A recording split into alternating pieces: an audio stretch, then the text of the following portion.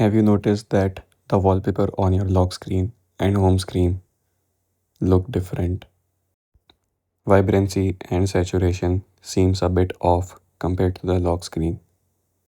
In iOS 18, you could change the wallpaper back and forth and it fixed the issue. But in iOS 26 and iOS 27, it does not fix the saturation and vibrancy. There are three ways to fix the wallpaper bug issue. Quickly press volume up, down, and then hold power button until you see the Apple logo. It will restart your iPhone and somehow it fixes the vibrancy and saturation of your wallpaper. But you will have to do this again when you change wallpaper. Go to settings, scroll down and go to wallpaper settings. Tap on customize and tap on blur option. Now click on done. This fixes the vibrancy and saturation issue.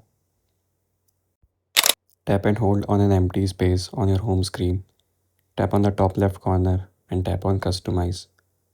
Now tap on the left option. It dims your wallpaper, but it fixes the vibrancy and saturation.